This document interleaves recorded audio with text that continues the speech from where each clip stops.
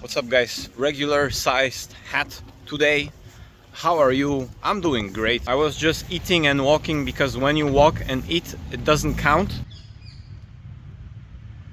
A lot of Homer lately in my life and not Simpson. A few months ago, I read The Iliad and The Odyssey in preparation for Christopher Nolan's The Odyssey.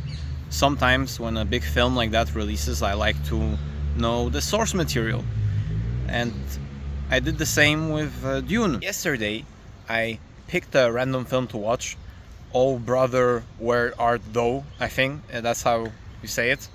And in the beginning, it said that it was based on The Odyssey, which was surprising because I didn't mean to watch it because of that. And it was such an interesting way to retell the story without telling the story. Of course, it's barely, there are barely some few similarities to The Odyssey. It was so great, and it opened my eyes for how film based on a book doesn't have to tell the exact story and have the exact characters and the exact names of and the exact events. It can just be loosely based and you can make it work. Another great example, Phantom of the Paradise. Right now, I'm not sure, but Christopher Nolan is getting a lot of shit for his casting choices. Let's see the film first. Why is the P in that position? If you feel stuck in life, you might just be walking on a treadmill.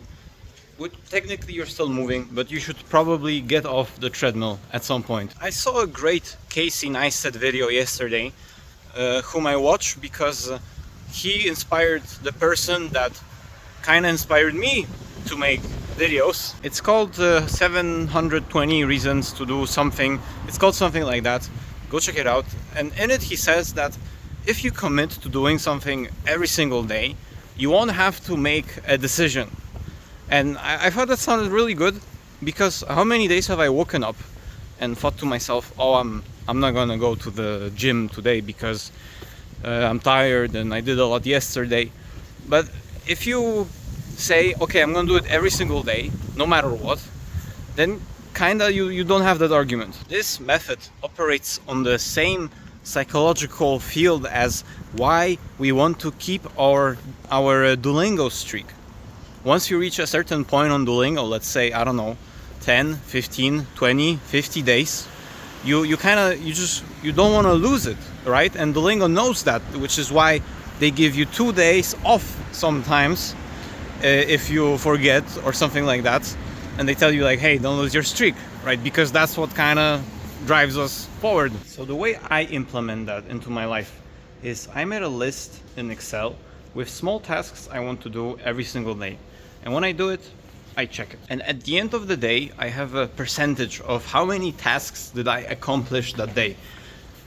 Throughout the entire 3 weeks, I have never hit less than 100%. And the great thing is you decide yourself. You can decide by yourself what it takes to mark the task as finished. See you.